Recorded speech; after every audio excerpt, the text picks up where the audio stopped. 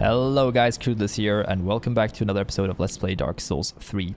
In the last episode, we finished off the quest lines for both Aegon and Irina of Karim, the dark ones and the good ones. I was happy about that. In this one, we will continue off through this fog gate. Perhaps we'll get some answers as to why these beings have these amazing branch-looking wings. And we'll be in for a surprise, let me tell you. Let's enchant our weapon with the Cardin's Flame Arc to deal some more damage, and we can go through the door and fight off against this amazing looking boss. This is the Dragon Slayer Armour. One of the cooler fights in the game, in my opinion. He is really heads-on, facing you mano a mano, and he has a couple of moves that are, well, they do really show you, at least you will benefit from fighting enemies like him previously in the game. And it's really nice if you walk around him sometimes. You can basically strafe walk and get around him to avoid some damage, and then you'll be able to get some free hits in. If I don't count that freaking shield move. Let's get away from him and get some health back. I love the music in this fight and the scenario as well. It's really beautiful. It's kind of similar to another boss fight, and we got the stagger, and he will do a move like this after you stagger him. So. Come here, baby. Come here, baby. You want to be careful because he does have a couple of knockback abilities that make you basically knock you across or out of the map here, out of the area. It is unfortunate. But he is very much a wait and attack and view your opportunities, basically. And also be aware of those garages. My god. Let's get behind him. A couple stabs in. So you want to always be facing here, I guess, either facing the fog door or having your back against the fog door in case of knockback. You don't want to be knocked backwards. Oh my god, what are you doing, mister? I'm not over here. But it's fairly strange that he does have a lightning attack, and he's as the Dragon Slayer's armor. It's inspired by Dragon Slayer Ornstein, possibly. At least that's what my theory is currently. Oh my god. Now the bolts from the angel are bigger.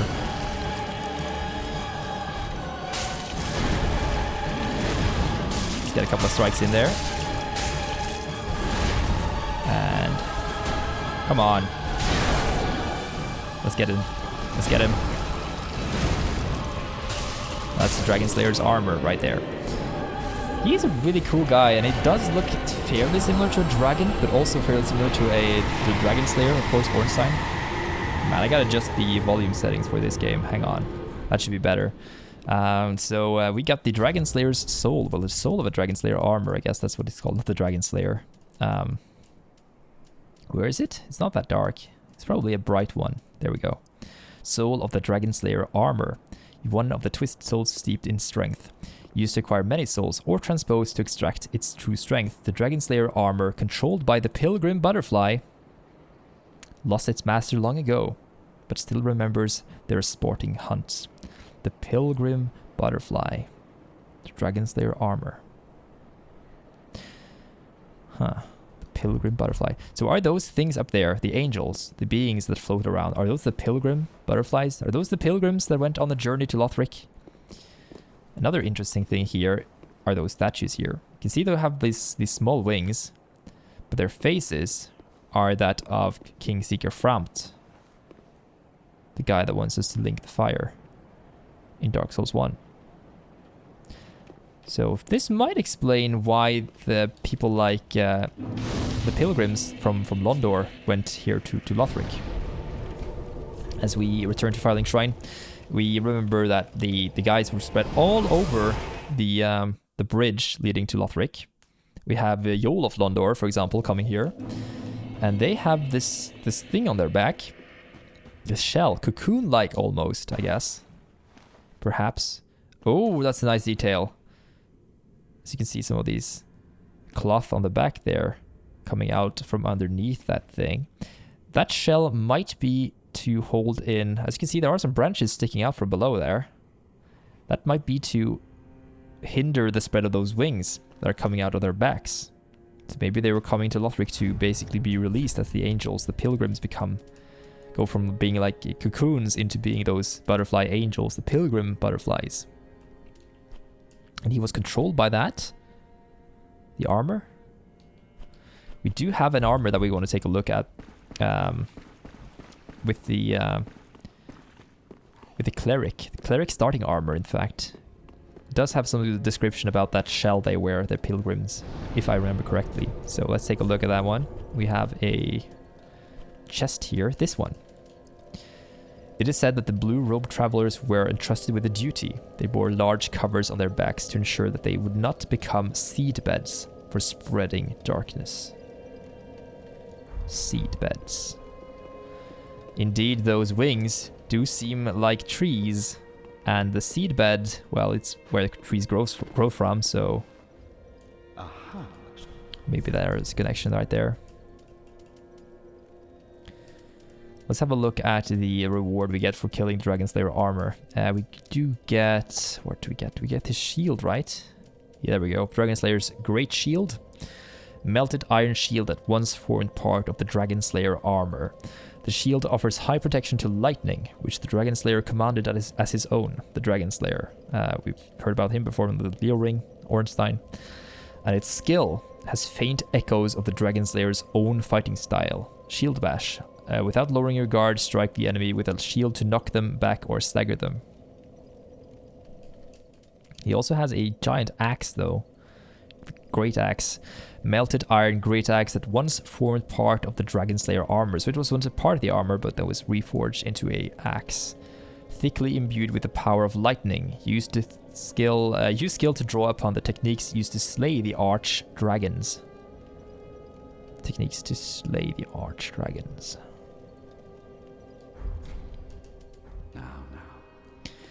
Unfortunately, though, we cannot buy his... Oh, sorry, Firekeeper. I didn't mean to do that, but yeah, we can buy the... we can't buy the armor from the armor vendor, from the Shrine Handmaiden. We cannot do that. I'm going to level up both of my... Let's get some more decks here, first of all. Farewell, Ashen One. May the flames guide thee. Thank you. Now, there isn't much for us to do here now. We should probably just continue off into Lothric Castle. We can go to the Dragon Slayer armor right now and proceed up into a really, really awesome place. Probably one of my favorite areas in the whole game, in fact, because there are so... the level design is freaking amazing. Reminds me a lot of Bloodborne, especially this area with the fountain there. It reminds me a ton of Bloodborne. Especially the statues here. The maiden and the king, of course. I don't think... is there an item down here? I think there is. Yeah. Another chunk. We do have all we need, though, but perhaps we should upgrade our second form of a quality weapon, perhaps. That would be a good idea. So, you can't progress through this area until you have defeated both Aldrich and Yorm. But you can get to the Dragon Slayer armor before you go to Vord, in fact, which is kind of hilarious when you think about it, but yeah. Because to proceed through this door up here, you need this corpse here to be here. And this is the guy we summoned before the Abyss Watcher fight. This is Gotthard. The hunters known as the King's Black Hands wielded pierced weapons. These belonged to Gotthard, who fled the castle. Gotthard rose quickly through the knighthood, no surprise to those who have witnessed his swordsmanship. Gotthard, twin swords. If you look at the armor, though, he looks kind of like a cleric, but underneath, he is heavily armored underneath there, so the armor looks really cool. We can buy that from the vendor now, but he did drop something else as well, the key that we need to the Grand Archives. Key to the main entrance to the Grand Archives of Lothric. With the fire fading and the spreading pus of man tainting the castle, the Grand Archives closed its doors for good. Today, only a few of its keys remain. This one likely belonged to Gotthard, one of the King's Black Hands, who fled the castle. So he fled the castle by some reason, and the fire was fading, which is now apparently. The spreading pus of man tainted the castle. So the spreading of the pus apparently seems to be correlated with the... Let's not fall down here. Shortcut in the future.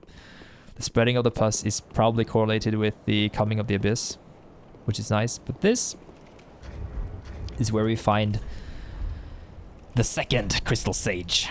So the first dude, the first good old crystal sage here, was one of the twins. Crystal sages once served as spiritual guides to the scholars in the Grand Archives, and one went to ally with the Undead Legion. The other remained here, and we will see him in a couple of seconds.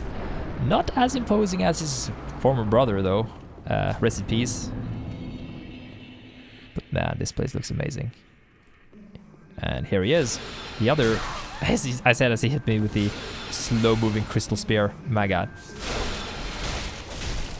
Has a ton of health, though. Probably similar to his brother. But he will basically move himself towards upper reaches of the level, and he'll keep shooting at us while we move underneath here. Keep us distracted from basically fighting lots of secrets and stuff. There are lots of thralls in here as well. You can see these things back in the Cathedral of the Deep. And there is one Lothric knight there as well, patrolling the gates. More chunks for us. So this is one of the definite late game areas. You can only go here after you kill some bosses, as I said. So it's truly late game. And it's truly one of the cooler areas as well. In my opinion, at least. So we jump down here, and there are tons of secrets here, both to with pyromancy, but also with other stuff. Let's get the item over here first. A thrall fell behind us. I do love the fact we can stab like that. I haven't really done it a lot in this playthrough, but it works really well with the S-Stock, giving us some additional protection. The enemies here also drop a ton of souls, by the way. These candled people. As you can see, these looks a lot like the deacons of the deep. As you can see. And they're throwing out this wax. Why are they throwing out around wax? Well, as you can see, wax is tied to fire, of course. Wax is highly burnable. If you light wax on fire, it will basically melt and it will keep fusing the fire. But we can dunk our face in here, and we will be getting this candle-looking headpiece, which will help us out in this area. It might sound ridiculous, but it will, because there are some enemies in the bookshelves, some hands that will come out, and they'll try to petrify you with a curse. Not petrify, but curse you. But if you have your head basically with this glowing wax, it'll be okay. They won't really recognize you at all. You can just move past the areas without any trouble at all. I'll try to get this guy now. Another red eye fighter. One of the harder ones to fight is one of these guys with the with the spears. Come on. I want to get a couple of hits in with this guy. As you can see, the shield bash does remove a lot of my stamina. It drains it pretty fiercely. Come on. Let's block his attack and strike him. Oh my god, he parried my block? What happened there? No idea. Bad timing to use an enchant there, man. These are floating in the sky. But there is something interesting here. Listening. The crystal chime. I don't think there's anything else in this room. But there are tons of secrets in this place. Yeah. Let's take a look at the chime. Where is it? What is it? There it is. A sacred chime, once the possession of Gertrude, the heavenly daughter, and defiled by the scholars of the Grand Archives. The power of crystals granted the scholars a degree of success. In this case, their work enabled this chime to be suitable for casting both miracles and sorceries. It belonged to Gertrude, and it was defiled by the scholars. So Gertrude was one of the heavenly children, and her work was defiled. Oh, yes indeed. Something is not right with this crystal archives. Look at all these books here. We see another one of the statues of one of the primordial serpents here. Probably Frompt. Probably. These are the bookcases. Usually there will be some sort of... let's equip the torch. There will be hands sticking out of those, trying to kill you, as I said. Trying to give you the curse. Luckily, though, that poses no issue for us now, since we are... There they are! As you can see, they don't deal damage to us at all when we have a candle head. The candle head! And... let's try to get this one. This place also kind of reminds me of... we lost the head there. You can see the curse is starting to build up, so we want to go back and get our head dipped into the wax. This place really reminds me of Forsaken Canehurst Castle in Bloodborne, which is really a good thing. I love that area. Especially when it comes to aesthetics and like the lore behind the area. There is another one of these guys here. Another crystal lizard. Not surprising, since there is a ton of this crystal theme with the crystal sages and the scholars up here. But let's find... by the way, there is a lever over here somewhere. There it is. You want to draw this one here. We'll find an interesting item if we do. As you can see, the shelves over here are moving if we do, and open up a secret passage. I am just a big fan of secret passages. Let me find this room filled with oil, witches' locks, and power within. Power within is amazing. It's a pyromancy that lets you strengthen your damage, but you gradually lose HP. A pyromancer fears the flame. However, this fear subsides once it is accepted as a substitute for strength. Forbidden pyromancy among those who internalize flame. It was used by Holy Knight Lothric, among others that we've seen. We also got the Witch's Locks. A whip fashioned from the black hair of a daughter of the Witch of Izalith, creator of the Flame of Chaos. The long, shining locks woven together to create this whip are imbued with the essence of fire, which can be channeled through the use of its skill. Temporarily coat the whip in fire, the self-same fire as that which consumed the witch herself, it is said. Why is this here? In this room with lots of skulls, bones of animals, and these chalices. Gotta wonder, man. Gotta wonder. What is going on in this? I have really no theory on why that is, or no idea, no concept there of explaining that, but still, there's a lot of mystery tied to this place with the crystal magic.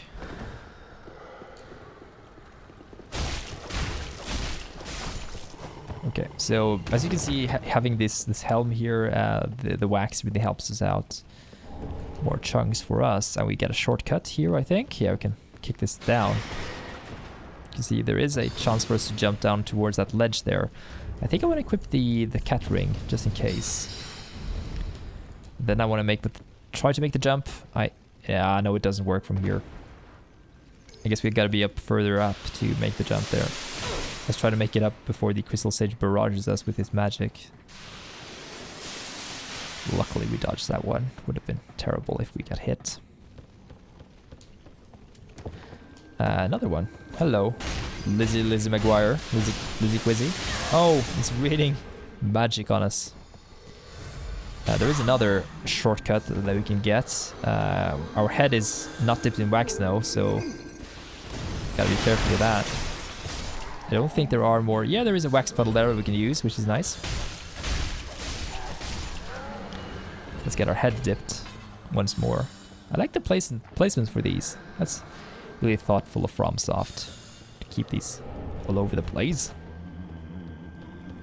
Because there is a lever here that we can use. As you can see, that moves that one down there.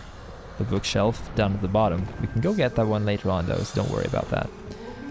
And if you're here, you can see the corpse over there, and behind him we see another glowing item over there. And we'll be able to get to that one later on though. So it's a really important glowy bit over there. Unfortunately. Come here. Now from here we can make the jump. If I don't get nailed by these freaking trolls. My god. My god, let's get out of here. And let's not get hit by the freaking magic. Come on. I think I want to get rid of this crystal sage before we do anything else. At least from this position. Oh my god. Come on, Thrall. It would be terrible if that thing basically stopped right now. There we go. Come on, stabby, stabby. Stabby, stabby. There we go. Kind of gonna safe this out, basically. Oh, I think we need some more healing now. I think we do. Let's go in for a couple of stabs. And he will teleport once more to the last place we'll meet him, which is on over there on the bridge in the middle. You could take the lever, the ladder outside here and kill the crystal sage off before you have to deal with the thralls, which is kind of a nice change of things. Ah. Is it strange that the thralls are like worse than the crystal sage? I guess it's because they're so small and agile. I can see here the hands are coming up from the bottom of the floor. We got a scholar's candlestick. Pretty nice. Almost out of Estus flasks though. Luckily we will get a... there's a hidden passage here, by the way, to another one of the Outrider Knights. We'll get back to him eventually, but first I want to take care of this guy. And unlock... Oh!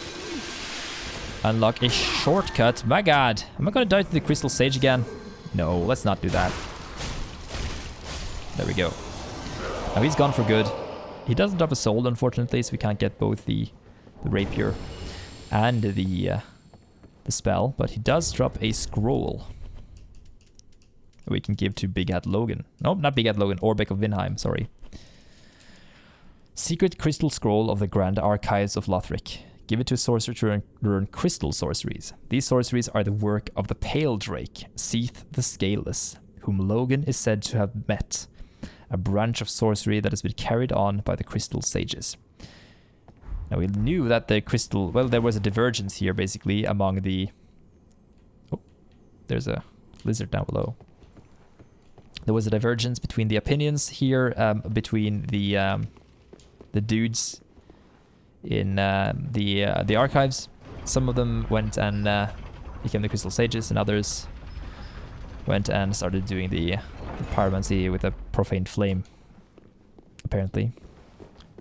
So we have one elevator there, and we have this hidden passage down to the bottom now that we can take, which is useful. So we can just go through here and take the elevator up if we want to get back up, which is really nice in this area, especially because there are so many secrets. Let's not...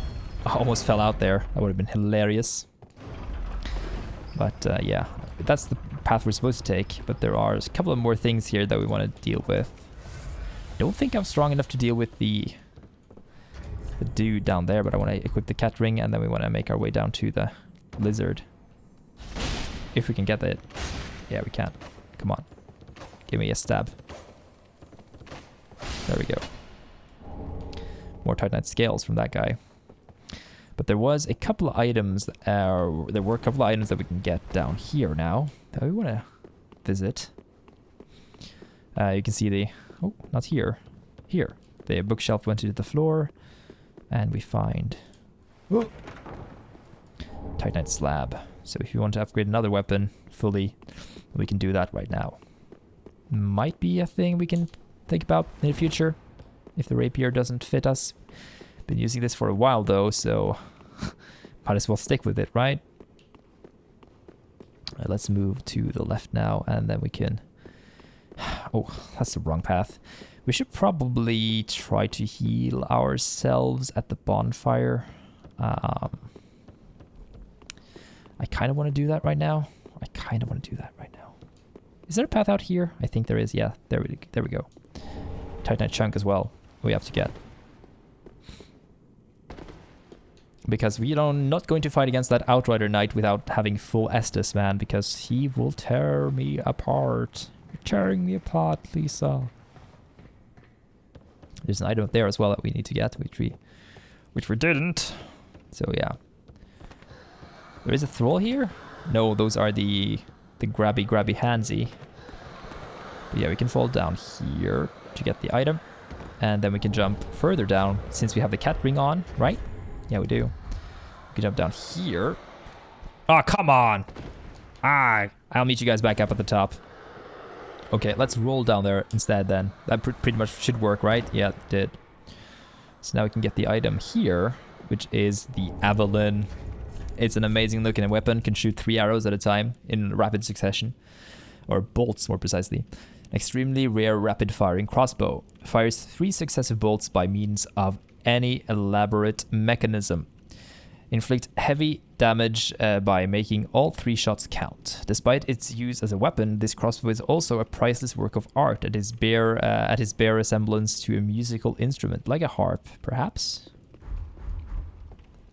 Looks quite nice indeed. Not sure if you can fall down on this side either, but yeah. Anyway. I think it's time we go back and rest at the bonfire now, just outside of the archives. Sounds like a good idea. Then we'll make our way up to fight the beast above. The beast above. So we have done most of the hardest part of this place right now. Let's equip the other ring instead. Where is it? The Estus ring probably is a good idea here. See if we don't have another ring that I will change it with eventually. Come on. Stabby, stabby. And now we have the elevator here, luckily, so we can just use that one to get back up to where we were, and then we can kill the Outrider Knight, hopefully. Let's hope we don't die. My God. This is the strongest Outrider Knight, and why is he in the Grand Archives? One could wonder. Well... Pontiff Sulivan has his beasts everywhere, man. He has intel in every location, in every part of the city. Before we take care of the knight, we want to take care of this guy first, though. This dude. This dude right here. Just walk up to him slowly and let's stab him in the back. Stabby, stabby. Oh, I was too late there. Can I force him off the ledge? Oh, yeah, I can. Bye-bye. I don't think it drops anything specific except for a Titanite shard. You could reload the game and the item would show up there, but I don't think it's any spectacular stuff. Here, though, we find a shriving stone. I always call those shriveling stones for some reason. But yeah, shriving stone right there. Let's make our way up. By the way, you can see those. There is actually a path here. I think we can drop down on it from above, perhaps. From up there, maybe. There's a secret passage down below, at least. Let's try not to get cursed by these guys. Might be a good idea to equip the curse bite ring here, in fact, when we proceed further on. Let's take care of this guy here before we do anything else. Let's make sure we have the fire on our weapon, though. Might be a good idea. Come here.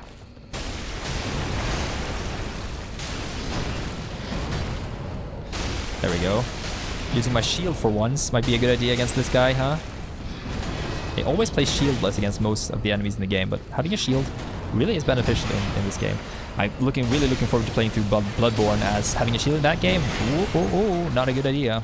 Well, it's not a good idea. You can use it in some instances, like on ROM or something, but yeah. If you can tell, by the way, I will be playing Bloodborne after I'm finished with Dark Souls 3. And we'll also be continuing with, when DLC comes, I'll play those immediately. But there we get Outrider Knight's armor. Hello. Armor of an Irithyll Outrider Knight, enveloped in a dimly cool air. The knights were given the eyes of the pontiff, but the eyes transformed them into savage, raving warriors who only knew how to serve as mindless guards. Disturbingly. They looked a lot like those ghosts we saw back in Irithyll. Oh, I got scared there by the hands. My God. But I do think there is some treasure chests here, right? Or am I just remembering wrong? I think I'm misremembering. But there is in fact something over here. this. The Soul Stream spell. Let's take a look at this one. Sorcery imparted by the first of the scholars. The first of the scholars, when Lothric and the Grand Archives were but young, fires a torrential volley of souls. The first of the scholars doubted the linking of the fire, and was alleged to be the private mentor of the royal prince. The first of the scholars doubted the linking of the fire. And this is found directly next to one of Pontiff Sulivan's Outrider Knights. This is too much of a coincidence to be. This is too much of a... it's too likely to not be a coincidence, that's what I was going to say. Because, yeah, the first of the scholars, something is indicating that that is definitely Pontiff Sulivan there. Gotta get behind there somehow. There it is, there's the shortcut. I always forget this thing exists. But yeah, Pontiff Sulivan, right there.